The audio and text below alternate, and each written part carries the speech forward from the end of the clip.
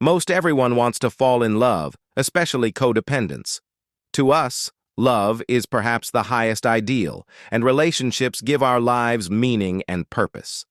They enliven and motivate us. A partner provides a companion when we have difficulty initiating action on our own. Being loved also validates our sense of self-esteem, overcomes shame-based doubts about our lovability, and soothes our fears of loneliness.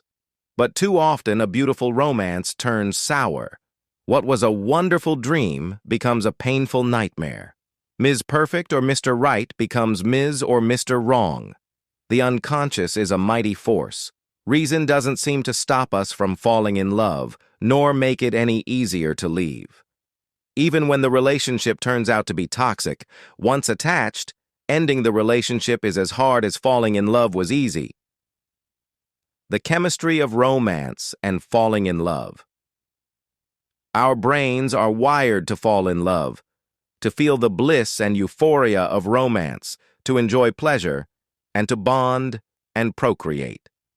Feel-good neurochemicals flood the brain at each stage of lust, attraction, and attachment. Particularly dopamine provides natural high and ecstatic feelings that can be as addictive. Deeper feelings are assisted by oxytocin, the cuddle hormone, released during orgasm. It's directly linked to bonding and increases trust and loyalty in romantic attachments.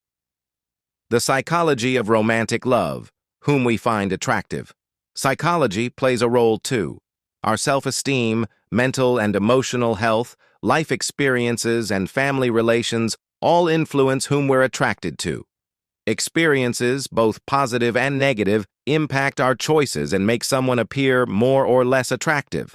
For example, we might find commonality attractive, but avoid someone who cheated on an ex if that has happened to us before. We're attracted to subtle physical attributes, albeit unconsciously, that remind us of a family member. More mysterious, we can be attracted to someone who shares emotional and behavioral patterns with a member of our family even before they become apparent. The ideal stage of romance. It's true that we're blinded by love. Healthy idealization is normal and helps us fall in love. We admire our beloved, are willing to explore our partner's interests, and accept his or her idiosyncrasies. Love also brings out parts of our personality that were dormant. We might feel manlier or more womanly, more empathic, generous, hopeful, and more willing to take risks and try new things. In this way, we feel more alive, because we have access to other aspects of our ordinary or constricted personality. Additionally, in early dating, we're usually more honest than down the road when we become invested in the relationship, and fear speaking our truth might precipitate a breakup. Although healthy idealization doesn't blind us to serious warning signs of problems, if we're depressed or have low self-esteem, we're more likely to idealize a prospective partner and overlook signs of trouble, such as unreliability or addiction, or accept behavior that is disrespectful or abusive. The neurochemicals of romance can lift our depressed mood and fuel codependency and love addiction when we seek a relationship in order to put an end to our loneliness or emptiness. When we lack a support system or are unhappy, we might rush into a relationship and become attached quickly before really knowing our partner. This is also referred to as love on the rebound, or a transitional relationship following a breakup or divorce. It's far better to first recover from a breakup. The ordeal stage of romantic love. Evidence-based guidance, up-to-date resources, and first-hand accounts to help you in your mental health journey. After the initial ideal stage, usually starting after 6 months, we enter the ordeal stage as we learn more things about our partner that displease us. We discover habits and flaws we dislike and attitudes we believe to be ignorant or distasteful. In fact, some of the same traits that attracted us now annoy us. We like that our mate was warm and friendly, but now feel ignored at social gatherings. We admired his bold and decisive, but learn he's rude and close-minded. We were enchanted by her carefree spirit, but are now appalled by her unrealistic spending. We were captivated by his unfettered expressions of love and a promised future, but discover he's loose with the truth. Additionally, as the high wears off, we start to revert to our ordinary personality, and so has our partner. We don't feel as expansive, loving, and unselfish.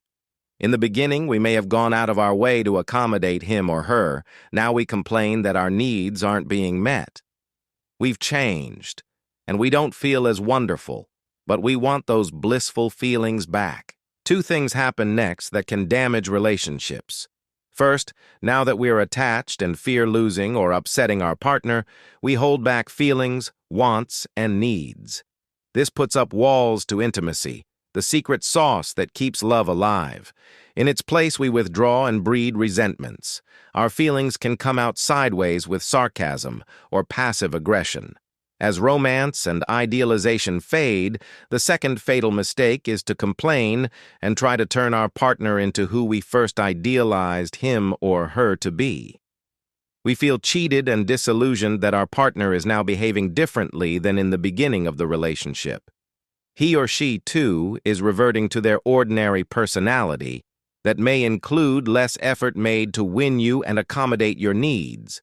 Our partner will feel controlled and resentful and may pull away.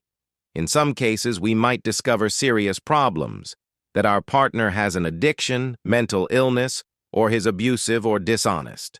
These are issues that require a serious commitment to change and often years of therapy to overcome. Many codependents who get quickly involved for the reasons stated above will sacrifice their own happiness and continue in a relationship for years trying to change, help, and fix their partner. The dysfunctional family dynamics of their childhood often get repeated in their marriages and relationships.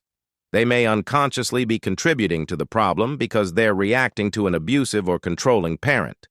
Change requires healing our past and overcoming shame and low self-esteem to feel entitled to love and appreciation. Getting to the real deal. We might not want to continue a relationship that involves addiction or abuse or has other serious problems. See Codependency for Dummies for a list of both minimal and optimal ingredients for successful relationships. Lacking major obstacles, getting past the ordeal to the real deal requires self-esteem, courage, acceptance, and assertiveness skills. It necessitates the ability to honestly speak up about our needs and wants, to share feelings, compromise, and resolve conflict. Rather than try to change our partner, our efforts are better placed on learning to accept him or her. This doesn't mean accepting abuse. This is the struggle for intimacy and requires a commitment by both partners to get through the ordeal stage with mutual respect and a desire to make the relationship work. Steps you can take to make love last. We will attract someone who treats us the way we expect to be treated. As we value ourselves more, whom we are attracted to will also change, and we will naturally avoid someone who doesn't treat us well or meet our needs. Know yourself, your needs, wants, and limits. Take time to get to know the person you're dating. Learn who they really are and how you both resolve conflict. Remember that sex releases oxytocin and increases bonding, though it can occur without it. Be honest from the start. Don't hide who you are, including your needs. Speak up when you dislike something. Talk honestly about what you want and your expectations in a relationship. If the other person doesn't want the same things, end it. This may not be easy, but the relationship wouldn't have worked or satisfied you. Research shows that relationship outcomes are predictable based on the partner's self-esteem. Boundaries and intimacy are essential to relationships. Learn to be assertive to express your feelings, needs, and wants and set boundaries. Get how to speak your mind, become assertive and set limits, and the webinar How to Be Assertive.